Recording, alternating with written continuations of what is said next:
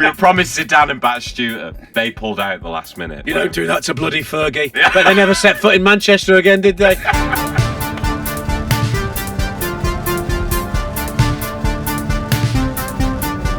Hello and welcome. You're all right, Seb, actually. You carry on slurping and I'll do the intro in a sec, mate. It's all right. I'm done. Time is money, brother. And I know you've got a laissez-faire attitude to budgets, but me... Whoa. I'm That really is tight unfair. shit. Hello, and welcome to Reminding You Why You Love Football, an award-winning podcast from Mundial magazine. A polite reminder to leave a review on Apple, as well as rating us on Spotify if this is the first time you're listening, or if you've been listening to it a while and still haven't done any of that, we would appreciate it. We are in an era of algorithms, and if you don't do it, we're not all in bed with the podcast providers, like the Goal Anger lot. Fair play to them, all maximising their earnings. Yeah. You can be a freelance gun for hire and work for everyone. Yeah. It's like players going to play for Liverpool and Man United on consecutive weekends. It's weird, isn't it? That's a good. It's weird to people like us who've grown up in that era. Yeah. Yeah. I think, and especially in England, you don't sort of cross the divide, do you? I always think the mad thing in Italy is everyone, people play for everyone in Italy. It doesn't really matter. What about broadcasters? But yeah, broadcasters. If you've been on Mediaset, do you go on Rai Uno as well? That's a good question. It's a good question. Look, fair play to them. Yeah. Power to the people and all that. There's a lot of football pie out there to get. There is. Yeah, anyway, a very happy birthday to Carlos Roa, 55 this week. As far as I know, as far as we know, the only footballer to give up football to join a religious group who believed the world was about to end. Yeah. A year later, he was playing for Real Mallorca. So you'll know Carlos Roa as well from a football perspective. Do you remember? Which game he was in? One of the big games, late 90s. One of the big games. One of Did the. you watch the match last night? Which one? One of the biggest games. Football, yeah, footy. I didn't want to give too much away. Footy. Did he play in the 1998 World Cup? He did. Failed to stop Michael Owens, but then did obviously save some penalties. You all know Carlos Roa. He played in one of the big games. No, I didn't. I was trying to. 2 pints of beer, please, barman. In the words of David Brent, I bloody love football. I was trying to not. More of a rugby man myself. Yeah. This week in 1994, fully 30 years ago, which makes me feel old, Zinedine Zidane made his debut for France. We made a documentary about that called Zizou's France debut. Very good. We had a lack of archive, so we had to do a lot of work with music, and it was a sterling effort for both Harry Harris and Tayo and James, who did a lot of the interviews on that, and it was a very, very good episode. But perhaps more importantly, today is... Have I introduced you to? Everyone knows who you are. Seb White, drinking his oat milk flat white. Tommy Stewart, also drinking his oat milk flat white. Me, I'm your host, Owen Blackhurst. I'm wearing Tommy's Real Madrid shirt because I had to pack light, because I've been staying at my mate's house, and the T-shirt I was going to wear stain on it. So Tommy has kindly lent me his Raoul shirt, which I'd imagine when I give it him back will be also covered in yellow stains. It looks lovely. It does look. Yeah, it's a belter shirt, isn't it? It's a good shirt. As Alex Mateka said at Hotel Mundial. Is that real? I don't. It was eBay. It was quite expensive, but it could be one of those. It's dubious, but I don't know. It seems real. Alex Mateka said, "Who is the first player that comes to mind with that shirt?" And I said, "I bet it's Redondo," and it is. That was when it will be for him, Man United. Yeah. Redondo at Old Trafford. Nutmeg Tannenberg. That's the one. Steve McManaman playing as well. Had a very good game.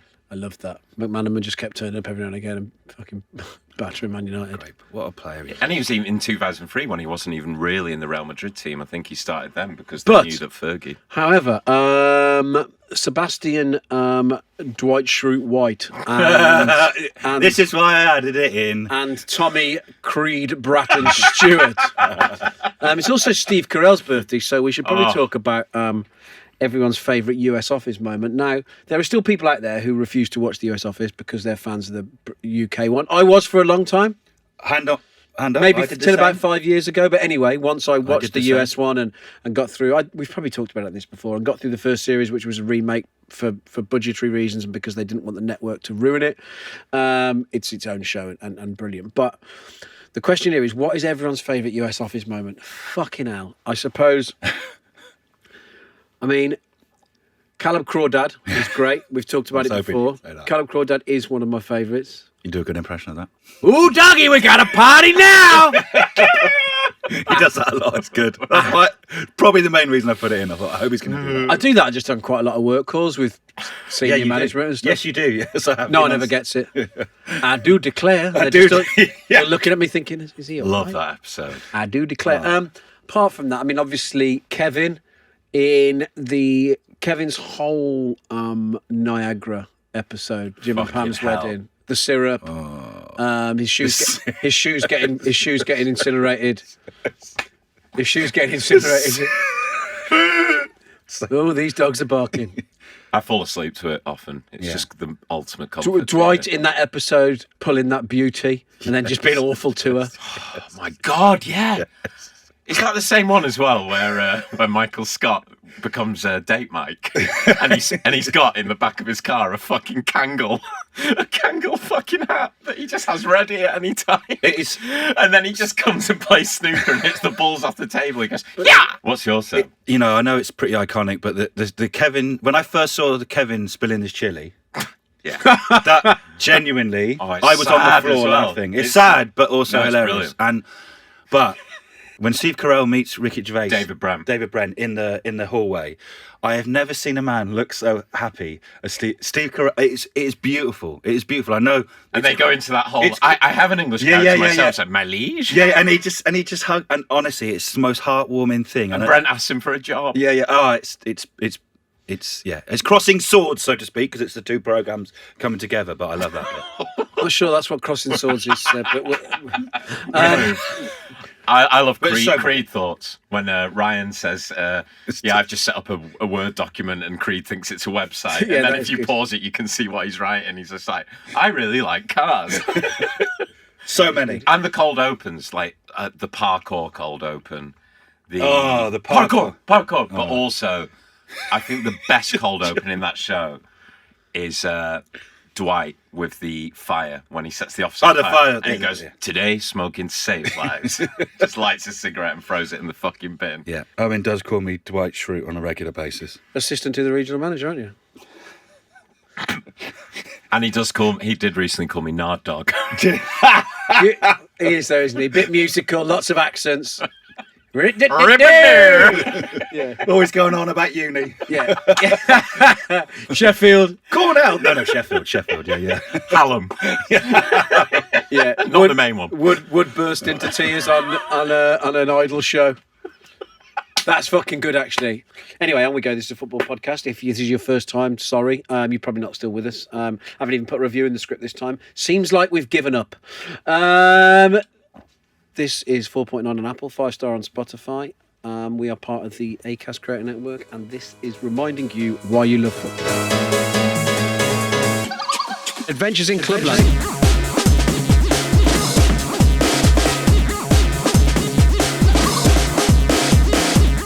Adventures in Clubland.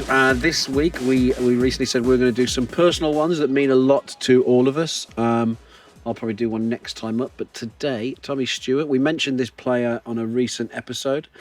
And Tommy is going to take us to Manchester, obviously. And Tom, over to you, brother. Okie dokie. So we are going to talk about Henrik Larsson and his loan spell at Manchester United, which is something that, you know, Sir Alex Ferguson hadn't really loaned many players in his sort of time there. But William Pruniers. Yes. Yeah. Good point. Andy Gorham. Andy Gorham. But yes. William Pruniers, your spirit animal. There's a touch of the Pruniers about it, yeah? There is. I there don't is. mind it. Here we go. Derailed already. There is. Oh, my Cantona's mate, wasn't he? Yeah. I said I don't mind it. Yeah. But they got two games at United. Cantona's mate, wasn't he? Yeah, he was a French international when he had hair. Dave's got hairs like Seb. Oh, yeah. He's basically a cross between me and Tommy. He's gone from Seb to Tommy. He has, about yeah, 5 yeah. weeks. He's our stepdad. Yeah. So, the reason that he signed right. for Man United is because Ruud van Nistelrooy had left not long before. Manchester United were on a bit of a title charge at this point after 4 years having not won it. Mourinho had come in at Chelsea and Arsenal have won one, Invincibles. Yeah, exactly. So Alan Smith is injured. So and Ole Gunnar Solskjaer's injured. So our fit strikers at the time are Wayne Rooney, quite a young Wayne Rooney. He'd been there for 2 years at that point. Cristiano Ronaldo is starting to emerge as a genuine goal scorer. But not a striker. A striker. And our other striker was Louis Saha. Ah. Yeah. Louis. Louis. Who unfortunately was always injured. He was, yeah, exactly. So Ferguson had tried to sign Henrik Larsson when Martin O'Neill was the Celtic manager during that period. And there is a good quote from Sir Alex Ferguson's book where he says, "I could have signed him earlier. I was ready to make the bid when he was at Celtic, but Dermot Desmond, Celtic's majority shareholder, rang me and said, 'You've let me down, Alex. You've got tons of players. We need him.'" So he comes back, and at this point, not many people do that to Ferguson. So between then and January 2007. What do you mean? Say no to him. Fucking oh, you can't say no to bloody fit. Why not? He's just No, a I'm not bloke. saying He's just that. a bloke. Yeah. No. You're enwrapped with Manchester United and the cult of Ferguson. Oh, you can't say no to Fergie. Like he's fucking Frankie Fraser. No, It's just a football manager with a bad temper. No, Oh no, you couldn't say no to that big man. We're going to win the week. Frankie Ferguson. So Mad Frank. Walking around fucking the Old Trafford dressing room with an axe. Pulling Brian McClare's fingernails out for misplacing a pass. So he comes back, and in between that time, that Martin O'Neill era of Henrik Larsson, he doesn't actually say the year, but it was during that period, so the early 2000s. Between then and January 2007, Larsson has gone to Barcelona. Essentially, I saw Thierry Henry, a quote from him recently where he said, Eto'o and Ronaldinho didn't really step up in that game, but Henrik Larsson did. He was the one who came on as a substitute, got 2 assists the yeyear before against Arsenal. Yeah. Before going back to Sweden, because he wanted to spend some time there and see out his days as a 35-year-old playing for Helsingborg. Yeah. But during this period, when United are hit with injuries, it's the winter break in Swedish football, in their league over there. So Ferguson thinks, why not? Because he knows that Larsson has had a desire to play for him. They flirted with each other in the past, and he thinks now is the time to strike again. And they make an agreement for it to be 3 months, no more, no less. So between January and kind of March, April, essentially. So we only have him for a very, very short period of time. But in that time, he makes a hell of an impact. That team then go on to win the league, and Larsson is as important as kind of anyone in the running, basically. Yeah. He plays only 13 games. Yeah, I remember how good he was. It was fucking annoying. He was ridiculous, and he was 35 years old. And Ferguson said one of the things he also said about him was that he was the most diligent in training. He had that Still at 35. He had that Cantona aura where he would come in early and he would listen to Carlos Queiroz, and Rooney and Ronaldo were very impressionable, and they were very kind of influenced by him and the way he was and how professional he was. Well, Rooney modelled his hair on him. He did.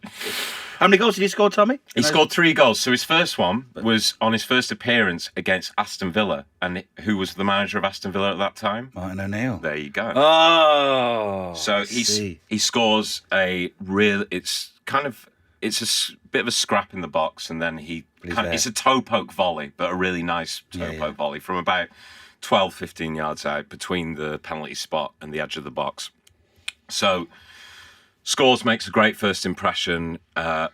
Doesn't sort of play every game. He comes on as substitute occasionally. But the kind of full circle moment for me in Henrik Larsson's time there is that I had seen in the Man United magazine in 1999 that Sir Alex Ferguson would be having a testimonial, and Eric Cantona, Mark Hughes, Brian Robson would all be playing in that game. Yeah. I'd never seen Cantona live, but obviously he was my childhood hero. The first season I started going was 1998-99. Cantona had obviously retired not long before. And in this testimonial, it was a World 11 versus Manchester United 11. Yeah. It was a midweek night, and I would have been 9 years old. My brother was 7. Me, Dad, and my brother went to this game. and we were promised Zidane. Parked up the Goosewagon outside. I think we actually got locked in a car park that night, and my dad was fucking furious. We didn't get home till about 3 a.m. But I remember us getting face painted. I had red on one half of my face, white on the other, Cantona written on the front.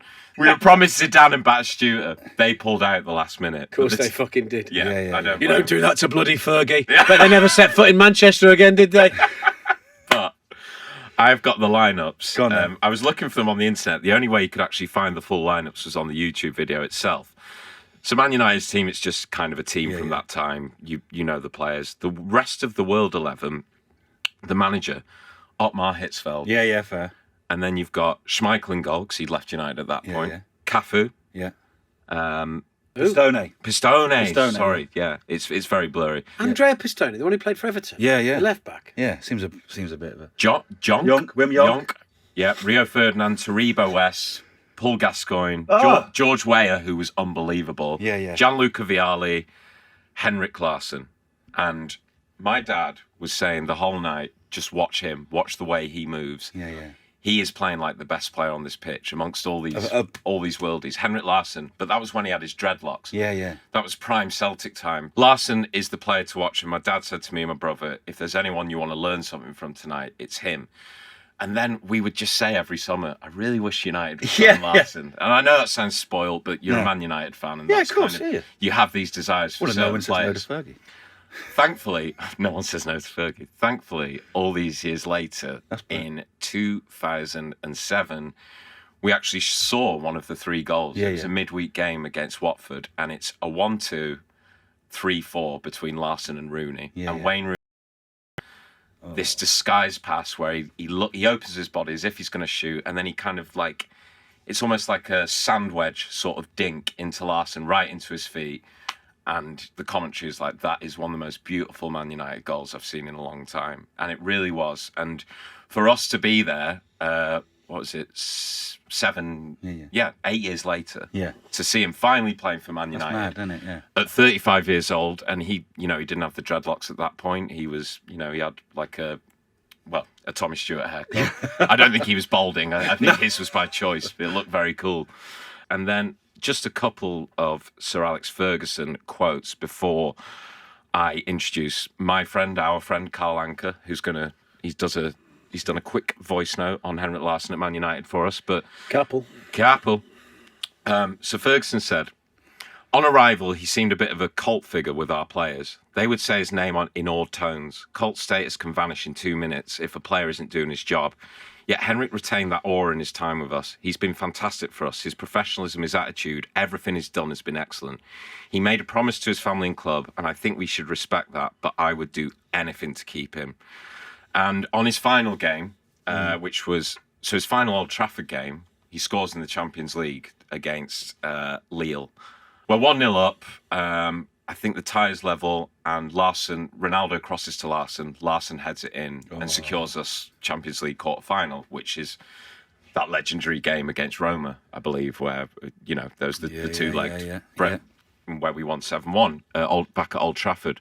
So that's what he does in his last game at Old Trafford. In his final ever game for Man United, where we're not far off from securing the league title, it's away against Middlesbrough. And then Larsson, kind of not really under the instruction of Ferguson or anyone, decides to just go back into midfield and just fucking run everywhere.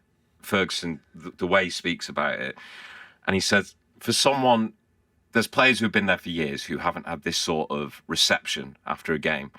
He gets in the dressing room after that game. He's one of the last people in, and the whole coaching staff and every player just gives him a standing ovation. And Ferguson said he's never seen that before. Yeah. And that's in fucking 3 months that he does that. That's amazing. That's how much of an impact he has. And then I don't think, because, back then they had the 10-match rule. You had to play 10 games to win a Premier League medal. Yeah. So I don't think he'd actually played enough Premier League games, because I think we won 10 out of his 13 appearances, which is not bad. That's not bad. And we requested United requested special dispensation from the league to get him a Premier League medal, which he did in the end, and I think it's very well deserved. I think that's bollocks. What? Well, they could have just had one made up, couldn't they? Well, no. I always think that is a bit mad when people... Yeah. No, but you'd have done it, wouldn't you? You wouldn't have said no to Fergie. Yes, Alex, you can have what you want. Well, My wife's free on Wednesday. An adventure. Oh, and I'll just finish before I introduce. No, very Carl. good. This is like when I first put this Adventuring Clubland feature in the magazine a long time ago. This fits the bill perfectly. perfect. 3 months. Just mad, isn't it? And Larsson said a couple of really nice things about it as well. He just said, I should have stayed. That's the only regret I have in my whole career. But I still had a contract with Helsingborgs, and I feel that when you sign a contract, you have to see it out. When I joined United, my brother Kim had a christening for one of his boys. I asked Sir Alex if it was possible to go. He arranged a private jet for me to get home after a game. I was only there for 10 weeks, but he made me feel so welcome. And I'll have a carbon footprint on the lad. but he said the players who made him feel welcome, Louis Saha, Patrice Evra and Wayne Rooney. And Wayne Rooney always seems to be that guy. A lot of players say Well, he's that. just sound, isn't he? Exactly He took him for that. lunch and things like that. And Rooney's only like 21 at that point. Yeah. Oh, So I'll let Carl Anka take us Very then. quickly, Yeah, go on. before Carl goes. I first remember him from the '94 World Cup, Larsson. oh yes. Flying down the wing for Sweden. He was more of a wide player than a striker. then. Was he? Yes, yes, Yeah, he yeah, was. yeah. Yeah. No, I think he played. I think he did play striker elsewhere as well. But I just remember in that Sweden team, he definitely played wide. Yeah. It doesn't get spoken about as much as other World Cups because England weren't in it. But I have to, that World Cup, we've mentioned it on the podcast before, was just watching it from America as well. It was obviously baking hot pretty much every game. Oh no, they finished third. They finished Did they? third, did they? Yeah. They beat Bulgaria. Of course, yes. That was it, and they won 4-0. Sam Delaney went as an 18-year-old Did he? What, just as a with fan? Theo. his No, brother. he was playing Seb. Anyway, right. So we got a voice note from. Coming on for Northern Ireland, number 23, Sam Delaney. Oh, I can't. Northern Ireland, weren't there? Republic of Ireland. Republic. Oh, sorry, I meant to say Republic. Fucking hell, Seb. Jesus Christ, you put us back. Only one island, is there, brother? I always feel very proud when I see where Carl has got to in his career, and to have played a very small part in it. I was one of the first editors he worked under when he was interning a long time ago. And Carl, to get to where he has worked fucking hard. So, yeah. Like graft, and you know, took a lot of job rejections and places things didn't work out and stuff like that. So to end up where he has, and often I think he gets quite an unfair lot on social, to be honest. But I think no, I like, you know, he's fucking done brilliantly. The book with Rashford, you know, being the main Man United writer at The Athletic, you know, a fucking good bloke Just a lovely man. as well. You know, I haven't seen him. I haven't seen him for ages. I don't think I've seen him since he came to the launch party for Giant, Oh, bloody hell, yeah. which is a long time ago. Well, I just saw him in Manchester one day and he just came straight up to me and hugged me. Lovely bloke. Just a lovely bloke. He is. Yeah, And what I he wouldn't does- what say he- I wouldn't say a small part. He says you have a big part to play. Well- I'm not just blowing up, you know. No. Well, I mean, No one says no to Owen Blackhurst. that's by the by. But it's yeah. No, I had a lot of people who's interned or I've worked with, and it's always good to follow their careers. And Carl's done brilliantly. So, you best not mangle this fucking voice note. Because you're never too old for feedback, Carl. Yeah. He'll love that. I've been collating on a few of your pieces actually recently. I don't think I can start WhatsApping them to you. No, I haven't. Don't read it. Don't want to pay for it. and it's about Man United. Yeah. Right then, Henrik Larsson going to Manchester United. I mean, the thing that really sticks out is that he only played 13 games. It's one of those loan deals that lives a lot longer in your memory than looks up in the statistics. So 13 games, only 3 goals, and yet plenty of decent memories. He's won the Champions League the previous season with Barcelona, but he headed back to Sweden to play for Helsingborgs, and it looked like he was going to retire. During the off-season, the Swedish league, Sir Alex Ferguson looked at injuries, and he'd go, you know what, let me go get Larsson one more time. Let me try and get him. And he does. The thing about Larsson at 36 was he still had it. There's this really, really fun concept called attacking gravity, which is this concept of if you get a big name player and you make him stand in a certain place, all the defenders go, oh God, it's him. I'm going to go stand over there. So Larsson didn't actually score too many goals for Manchester United, Odion and Gala scored more. He was very good at just standing in the right place, unsettling defences, and open up a lot of space for the likes of Rooney, Cristiano Ronaldo, and others to just wreak havoc. He was absolutely brilliant in those brief times he was in the United shirt, and he also scored one of my favourite goals ever in Euro 2004, just a tremendous diving header. The King of Kings, as Celtic fans called him. Tremendous. Carl Anka, ladies and gentlemen. Nice one, Carl. Carl's younger brother, who is he a cartoonist or an illustrator? Yeah. Chris, isn't it? It's Chris Anka, yeah. Chris came and did some work experience as well at Sabotage Times when I was there. We went to interview KSI, and Chris had to hold the boom mic for about an hour. He was kneeling down, holding it, and his arm just. Yeah. We had to do that so many times, and it'll be fine. It'll be fine. You were fine, weren't you? Boarding school boy. No. So many times, and I do this all day. And you just there. I can literally do this all day. You just there. Thank you, Carl. Thank you, Tommy. A great adventure in Clubland, and and we go.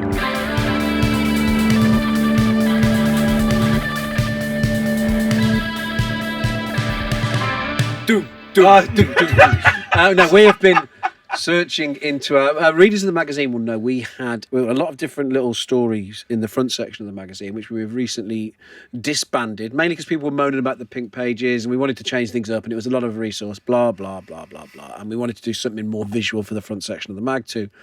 I could go into it now about how you pace a magazine and stuff like that, but no one fucking cares. So I disagree, but yeah. But we've got loads of things we've done recently and done in the past, that there's always new stories we could tell in that we don't really do anymore. So we're going to start bringing a few of them into the podcast as was originally intended, and rotate them in and out around Adventures in Clubland and a few others, and see what sticks. So something we hadn't done for a while was called The Big Match. And The Big Match was about basically football in other forms of media, books and TV and films. And we have gone back to, this wasn't the first one, but it wasn't far off. So back in issue 13, which would have been early 2018, a fantastic cover, Henri and Bergkamp cover. Yes. And the first one we did. Now, so if you're listening to this abroad, I'd imagine anyone listening to this knows what EastEnders is. And if you don't, it's the second or third longest running soap on British TV. I mean, they've all gone for a long time. I think EastEnders started in about 1985. Yeah.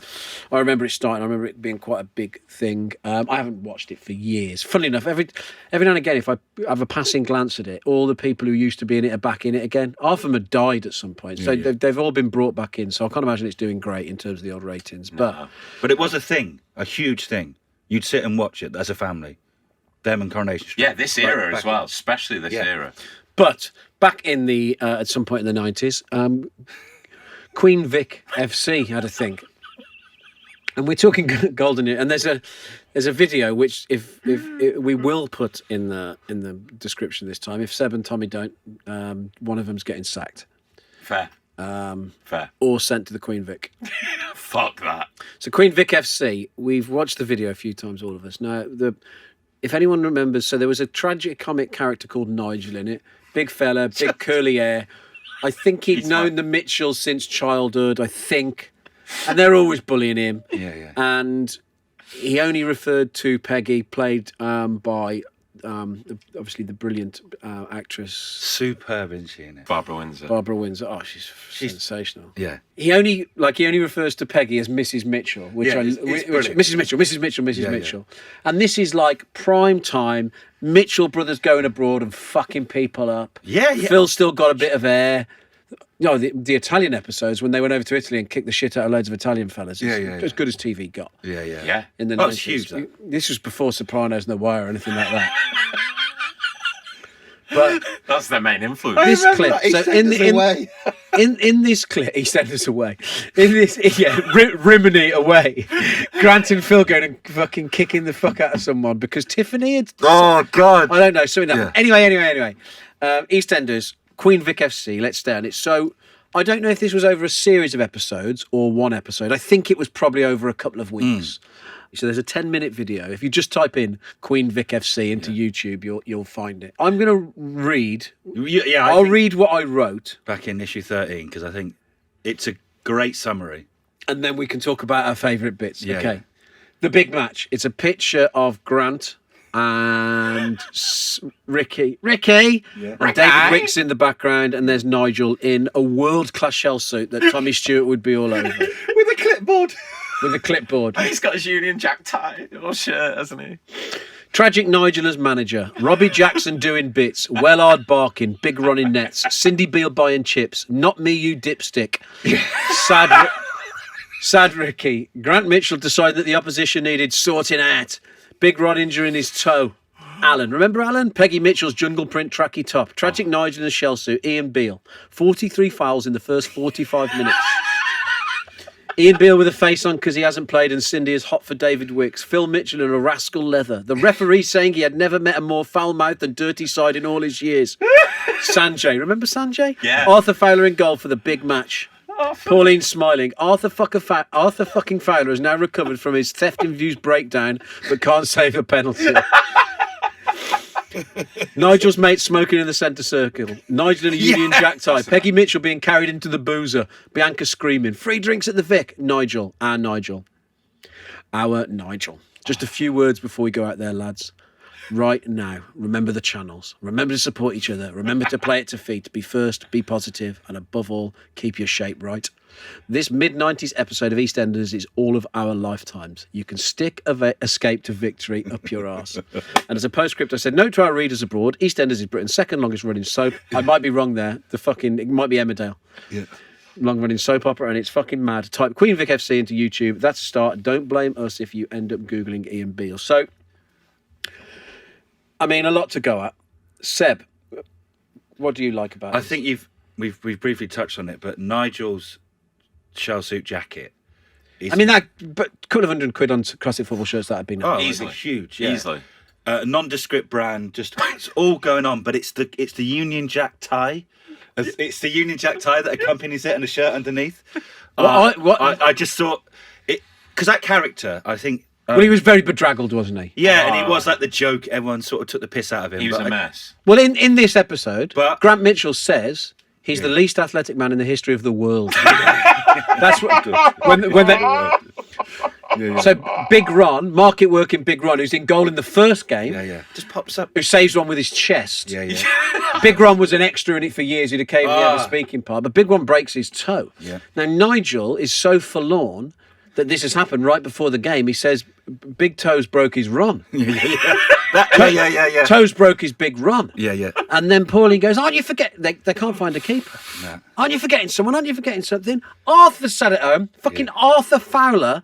The next shot is Arthur running out of the gate with his fucking kit in a carrier bag. And as Seb said, I have never seen anyone look so happy in all of my life. To get the call up, honestly, And a few He's minutes, been waiting, hasn't he? yeah. and a few minutes later, they're in the warm up on the pitch. Fucking Pauline and his daughter Laps, isn't Michelle are running up on the sideline. Go on, Arthur! What's happened to his sleeves? Because he's wearing Big Ron's shirt, which is 20 sizes too big for him. A great Royce shirt as well, by the way. And the Royce gloves. Yeah, the Royce got But then, like, you can see all these actors, none of them can play football. No. Like, there's a few scenes like the ball's bouncing round and it's like banging off legs. I think Sid Owen could play. Yeah. But fucking hell, Gaffney's. the ball goes at Arthur, but he sticks his leg up to save it like he's scared of the ball, like one of the kids do at a party who don't want to be there. We're meant to believe he's the fucking goalkeeper.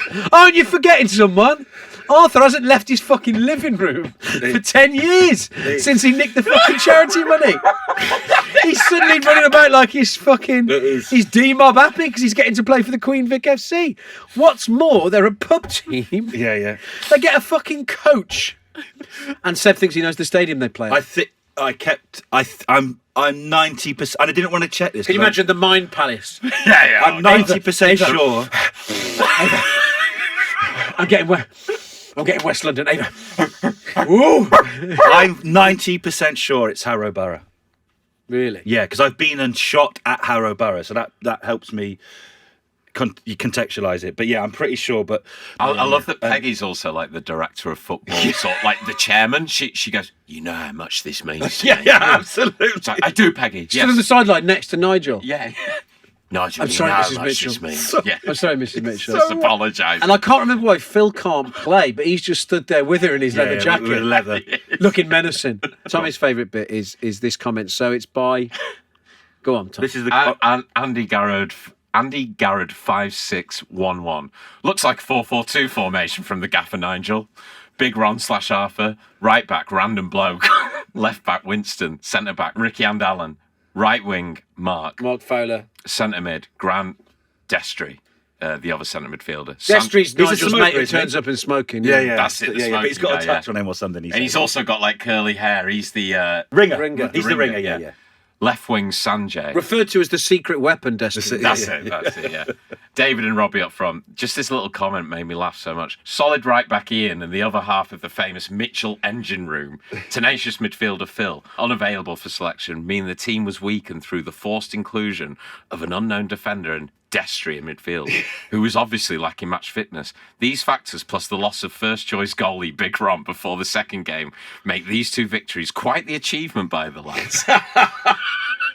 There's just so much going on, but people are smoking in the pub. Like it passports you into into another time. There's so much going on. I mean, but Alan and David Wicks were in some sort of like semi-criminal enterprise, I think, at the time. Something's going on, and they don't want to be around each other, and no one likes David Wicks. No.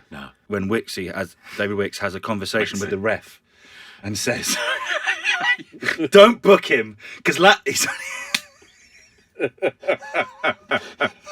ref's going to book him because he's just conceded a penalty, and he's like, "Don't book him." This is his first game back since he got out a year ago after what was it? Trying to bite 3 fingers or something like that off this attacker, and the referee just looks.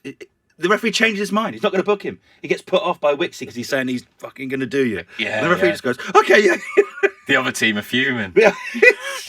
The bit in the first game when Dean Gaffney's obviously at the time one of the stars of the show has thrown his weight around to do that crappy dribble. Yeah. And he does it, and he gets past about 3 players and slots it in. Yes. And the best bit of all of this, and I'd love to know who said this, is they pan straight to the sideline, and Wellard's barking because his dad's just scored a fucking solo goal. Well, as a pairing at this time, Wellard and Gaffney, as a pairing, they're the Romario and Ronaldo of the soaps, yeah. Mid 95, just before Britpop maybe. Wellard Behind the Gallagher brothers, those two it's Wellard and Gaffney. Name a more iconic duo. Well, Wellard is probably the most famous soap dog. I'd agree, most famous TV dog. I mean, he'd shit Bouncer, wouldn't he? Oh, Yeah. Bouncer from Neighbours. I mean, Wellard would shit him. You wouldn't let Wellard. Would you say Wellard's the most famous TV dog? Behind Lassie, obviously. Yeah, but Lassie's some fucking Yank import. Yeah. Well, Wellard wouldn't. Yeah. His name's Wellard. Yeah. For a start. What you call your dog, Robbie? Wellard. Yeah. 43 fouls in the first 45. And that as well. I've never met a more dirty team in my life. Also, pre-Opta. Who made these stats? How did was Nigel just ticking them off on his clipboard, the fouls? Well, I did the ref know. Yeah. Well, someone's ticking it off, and this is pre-Opta days. And what it reminded me of is how the shared experience of shit you don't even necessarily like. Exactly. Whereas now there's such a lack of shared experience because we're all algorithmed up to the tits and we all get our own personalised feed in everything we do. Yes, but it was genuinely funny. It was great. EastEnders was really funny back then. I think everyone's had a soaps period in their life, whether they say they have or not. I mean, someone we worked with until recently, I don't know if he ever listened to this or might still, but when I first met him, I said, "What do you do when you're not working, Rob?" And he said, "I'm a big EastEnders fan." I said, "What do you mean?" Oh, yeah. So I haven't missed an episode in 15 years. Yeah. Still. I thought it was a wind-up, and he records it, and he says that's his release from work. He goes home and just tunes into Albert Square. Funny enough, he lives about 4 minutes away from where it should be. Yeah. Wow. And the other thing as well, there were pub football teams. A lot of the football teams on Sunday League were based around a pub. They might have, it was a real thing, wasn't it? Well, that's not the way now, is it? No, they're all called like Tunbridge 2007 and things like that. It's more, like what used to be a pub team, because there's less pubs and people don't go to pubs as much. Exactly. Now it's just a group of mates to set one up. Yeah. And they'll call it like fucking AFC, fucking Church Stretton. Yeah. Exactly. Whatever, no, exactly. And Yeah, the ham shankers. Yeah. If anyone's got any big match suggestions, because we will do your bed knobs and broomsticks, I did the bed and knobs your and goal. broomsticks. Yeah, And Tommy found. Tell us, Tommy. There's a follow up video to this. It's incredible. Go on, Sebby. You found it. yeah, so obviously, you leave the YouTube video playing, and all of a sudden it's like, there's another. I think it says EastEnders X football, and I think they're watching a tournament or something like that. And characters that I don't know about, apart from Sonia's there. And someone's bigging up that they know Harry Redknapp, like really bigging up, going, and she's like going, if Harry Redknapp comes here, I'll buy you all drinks. It's a load of nonsense. And lo and behold, he has the most all right cunts entrance of all time. He just goes, oi, oi! Harry Redknapp on EastEnders, which I completely missed. The camera starts on his stomach and then just slowly kind of. And who's the character he's talking to? What's the actor? It's a famous, it's Brian Conley. Yeah, it is Brian Connolly. Yeah. Yeah. It is Brian Conley. Yeah. I saw him doing pantomime. Harry, me old mate, how's it going? It is. Harry, hang on. Next is Peroni. Sonia still can't act. So now Harry's walked into the Queen Vic. Danny Dyer is behind the bar, and Harry's I walked didn't in. go this far. This is the best bit. Harry's walked in and gone. This Right, is mate, the- how's it going? Danny Dyer has brought down what I believe to be a West Ham shirt. You're correct, Owen. So Harry's signing it now. I've been hammered since birth, mate. Hammered since birth, mate. Up there as one of the greatest West Ham managers of all time. Greatest. That is fantastic. The world like you, mate. Pause it. Oh, cool. Sorry. Cool.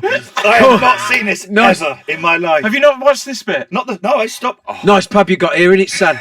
Danny Dyer's just giving him a load of shit for managing Spurs, and he went, and he's gone, and you got a picture of the governor on the wall, Bobby Moore, me old mate. Yeah. And he's just had a pint brought. he's just walked out the pub with his pint. He's off back into Albert Square carrying his pint. He's photobombed Billy. But Harry Redknapp. isn't Danny Dyer such a fucking good comic actor? I don't think he's not acting there, is he? No, yeah, probably. Not. Honestly, he's brilliant. No, I think that's unfair because he's a working class bloke. People think he's just always playing himself, but he's like, that really denigrates my craft. Well, he It was more the West Ham. It was more the.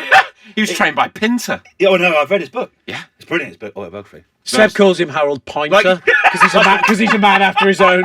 Like, That's a good nickname. if for there was Seb. a, se- Seb. if there- Harry Pinter. Yes. Harold ten-Pinter. like, it would be like me if there was a soap set in the Somerset called West Enders or something, South West Enders or whatever. What would it be called It'd be then? like me.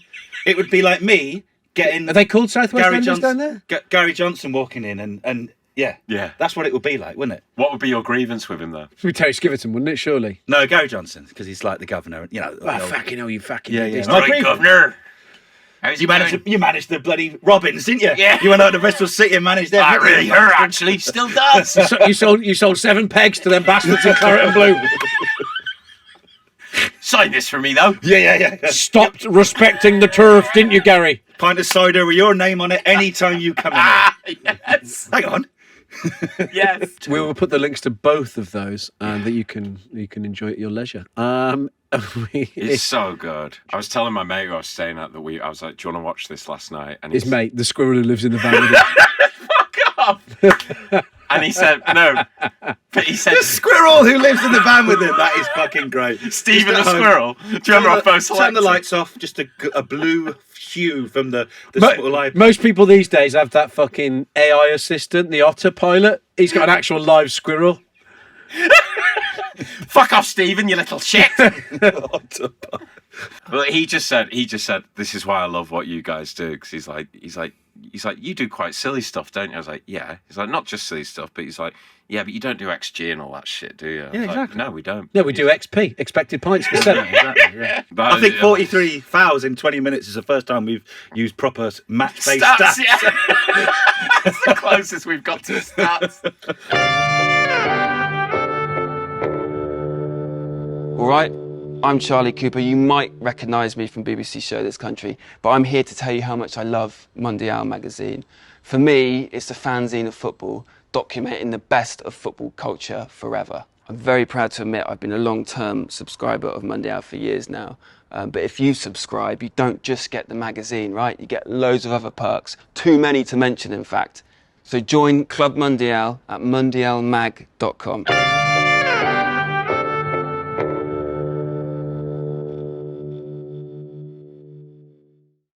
Ins and outs and ins. Seb. I'm going to put in. I went to my first ever basketball game the other day. Basketball live. Someone good or someone shit? USA women versus Germany women. It was like a pre-Olympics warm-up game, and they were full strength. I really enjoyed it, and actually seeing it live. Any dunking? I've never been that. Well, they had some display on at half time. But they had like these acrobatic dunkers. Do you know? Don't you like that? No, it was. You see how he was going to pull score It was on all that? a bit 'Cause performative. It might be wanna see- magic. No, I was more wowed by the actual skill and the pace of the game. My knowledge of basketball is I've watched The Last Dance, I've watched the LA Lakers documentary series, I played Jordan versus Bird on the Mega Drive. That's about it. Got a mean hook shot. Yeah. But to see the pace and skill, the pace and skill of it was brilliant. And it was because it was USA, it was all done. There was a lot of razzmatazz, or should I say, and stuff like that. It was actually done brilliantly. Pageantry. The only dunking we do round here, young'un, is into our bloody tea. Yeah. Give me a custard cream. So yeah, Ava wants to go and watch. Ava wants to go and watch the Chicago Bulls. Yeah. So we're going there next week. Yeah, we've remortgaged the house and we're going. Yeah.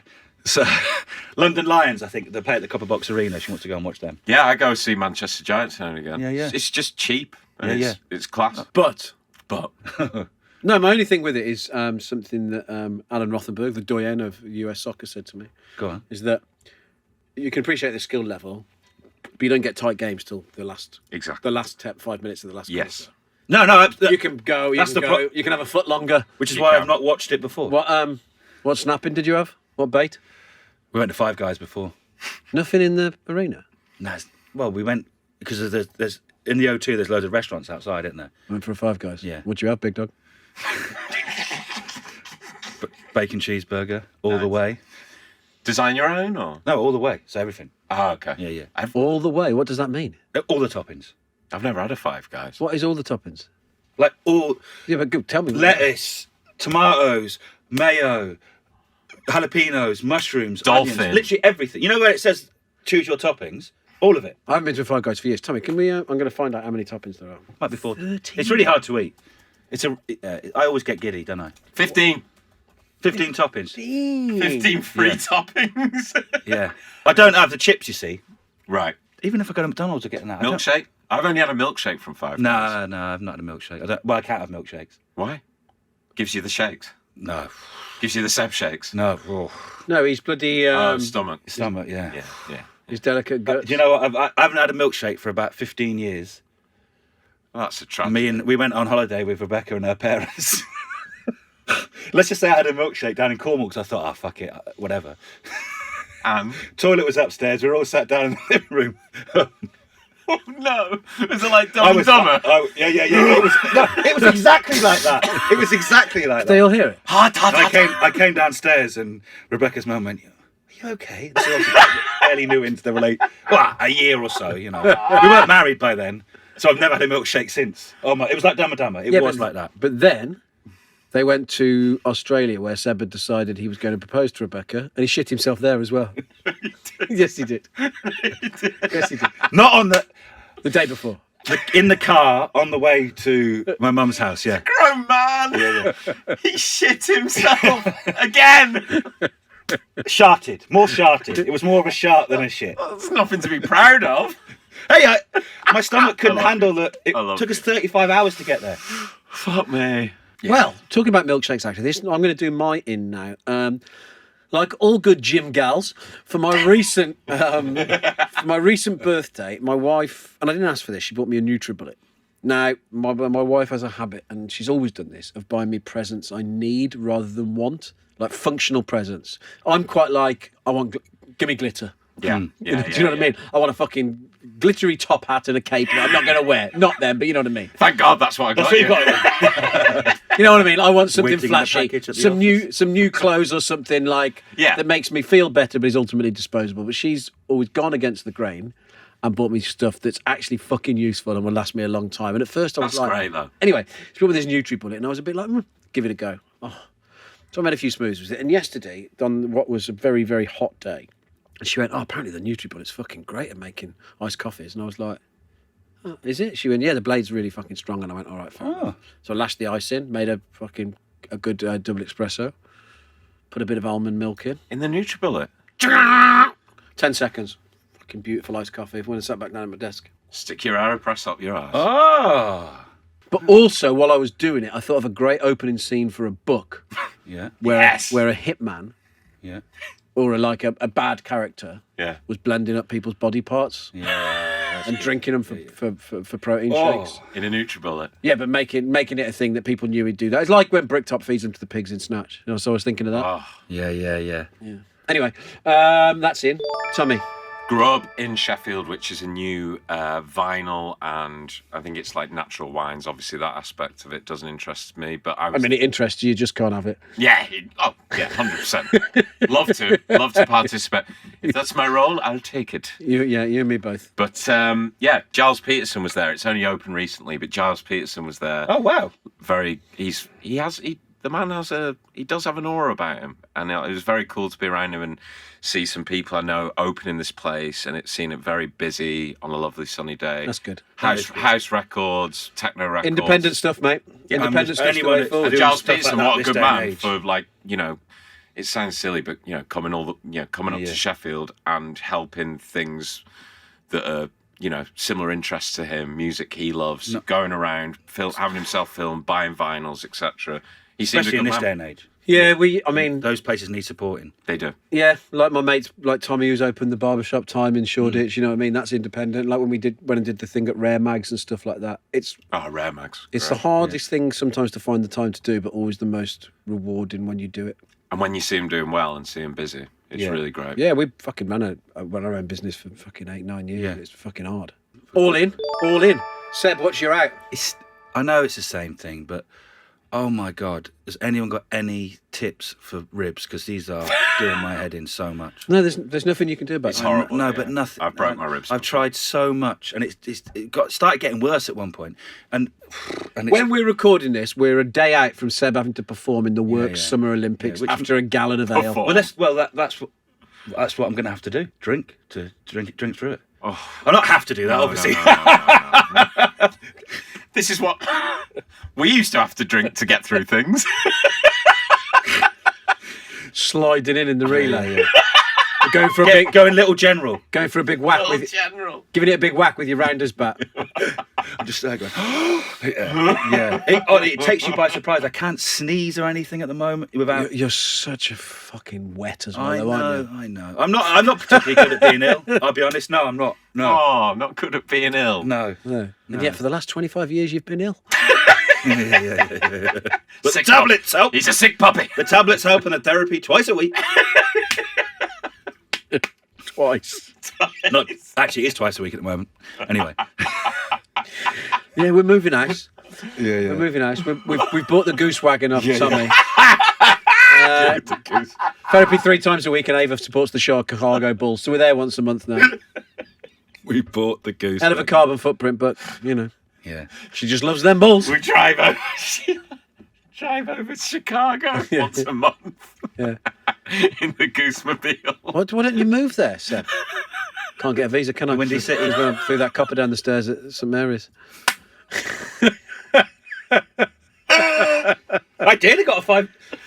Let's run out now. Yeah, I know. Our eye visas have run out. Good to go. Good to go. You should see the pictures of me and Seb on our eye visas. Fucking hell, we look like the wet bandits. Yeah, your ribs are out. I mean, but I know. I was just hoping that. have you been taking any? Oh. Have you been taking any painkillers? Yeah, I have. But Have you try used not any to. like ibuprofen gel or CBD gel or arnica? Ibuprofen gel. The one thing I haven't got was CBD gel, which you did suggest. To be fair. Arnica's good for stuff like that. Yeah, I can get you one of them big phone hands. Yeah. Like one of those big industrial yellow car sponges, or Like a gladiator one. yeah, a Hulkamaniac one. We will rock you. But you need to. We haven't been seeing her, have you, for a start? No, I'm thinking I might. I just thought it was bruised and a little bit awkward. But they can't do anything for a broken one. What are you expecting? A full body cast, like him in Police Academy.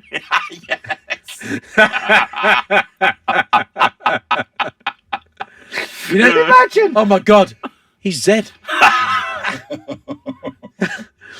If you haven't seen Police Academy, Oh, Tommy is what Zed, a film. the one who does noises. There's Tommy. Look. Yeah.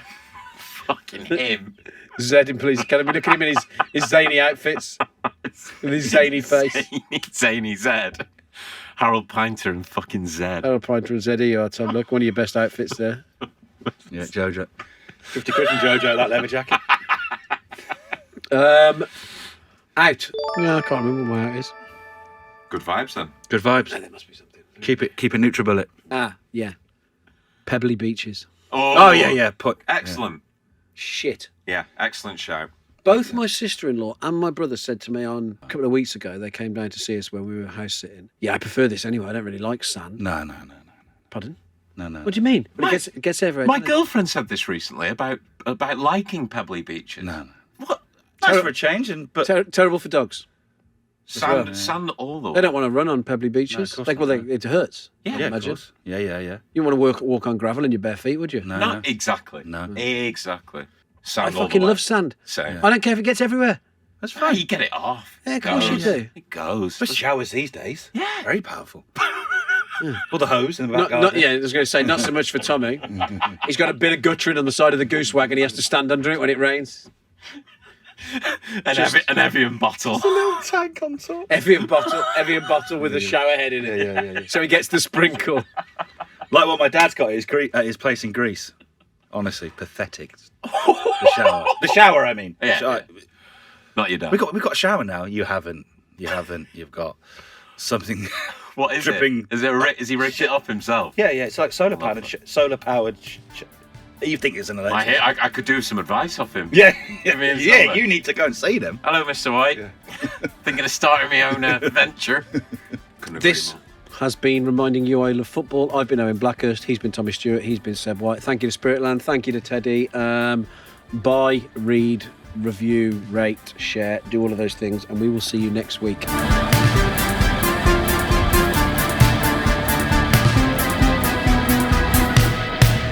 So this episode of Remind You Why I Love Football, both, Seb, I'll start with you. Dedicated to the memory of a couple of real football men from our lives. Seb, I'll let you go first. Yeah. So this is for me dedicated to a man called Hugh Gleave, always known as Hemel Hempstead Hugh or HHH, a brilliant Yeovil Town fan who helped set up Cider Space, one of the best Yeovil website right in the early days. A man who enjoyed the great things in life, a pint and a football match, his away day guides were something else. They were brilliant. And yes, we've been talking to him. He's on a WhatsApp group with all the Capital Glovers. He didn't tell anyone, and unfortunately, found out that he had cancer and he passed away passed away very recently. And he didn't listen to the podcast because I kept saying to him, I think you'll like this. But I don't do podcasts. It's just the way he was. But yeah, I'm going to dedicate it to him and people like him because, they make football what it is. You told me that the other morning. We had a bit of a somber call, and then that same night. So it was when I was growing up, even in small towns, you sort of knock around with people in the areas of the small towns you live in. Anyway, there was a lad called Gareth Jones, who I found out last night from a mutual friend that Gareth had a stroke, and he'd never woke up from it. He'd been in a coma for a week and died. But Gaz was a few years older than me, and he lived at the bottom of the Hookfield, and I lived on in his lane. But until I met Seb, I would say Gaz was probably the person I knew loved football the most. So he was a real Bridgnorth Town fan, and Bridgnorth Town, as people who listen to this know, was right behind my parents' house. And I remember Gaz. So Gaz used to be at the club every week. He had quite a lot of adversity in his life, Gaz, both ill health and stuff, and he had Crohn's. But he's a Bridgnorth Town and Manchester United fan, and I used to argue with him about Manchester United all the time. But I remember him taking me into the dressing room at Bridgnorth Town when I was about 6 and saying that's where Owen Daly sits and that's where all these players sit. And then to me, they were as heroic as watching players on the telly. Yeah, absolutely, yeah. And I've never forgot that. And that was the first thing I thought last night. And Gaz, we used to both go down the youth club as well, and we were both quite directionless in life. And ended up changing his life and working for getting a job and moving away. And he was down here for a bit, and then he was living up in Nottingham. But yeah, it's just weird, isn't it? You don't see people for years. Yeah. And I wasn't in contact with him or anything like that. I wasn't. But you realise the shared memories you have. Yeah. Feels like I'd known him all my life. I remember him being in our garden when I was about 4 or 5. And he was obsessed with football. But I dug a photo out last week for some reason, and I was going to post it on Facebook, and I didn't. And it's me, him, the youth worker Baz, who I've spoken about before, and a couple of other people. And it was probably about 3 months after I'd been kicked out of school, and we were doing some like pottery thing at the youth club or whatever. And I found that, and Gaz has got a Bridgnorth Town shirt on there. And he was always at the match on a Saturdays, and he'd be fucking going over the fence, getting the balls. And he used to come to our house to look to get balls that had been kicked over the fence. And me and my brother would have stashed them in the back room. And he knew. But Gaz, he loved to flutter. Always used to crash me a Rothmans, I remember. Yeah, as you get older, these things happen more and more. But I think it's important always to take a breath and just, appreciate who these people are and make the most of yourself, what you've got. Yeah, absolutely. It's a reminder to us all that life really is short and precious, and we should try and enjoy it as much as possible. Agreed. Nice one. Couldn't help but get the last word in there, could he? Sorry. Two really heartfelt messages, and fucking Creed Bratton pops up. That's not a good idea, that. Thank you. It's lovely. Think about that.